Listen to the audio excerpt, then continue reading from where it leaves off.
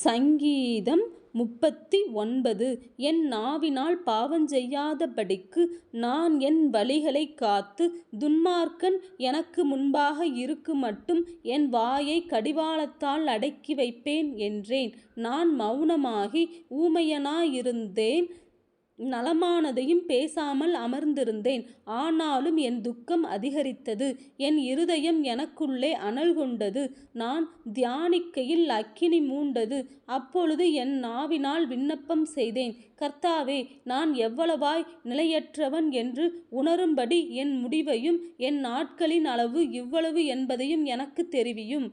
இதோ, என் நாட்களை 4 விரற்கடையளவாக்கினீர். என் ஆயுசு உமது பார்வைக்கு இல்லாதது போலிருக்கிறது. எந்த மனுஷனும் மாயையே என்பது நிச்சயம்.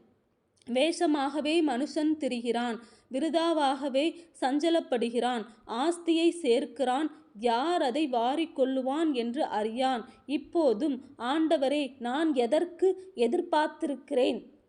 நீரே என் நம்பிக்கை. என் மீறுதல்கள் எல்லாவற்றிலுமிருந்து என்னை விடுதலையாக்கும்.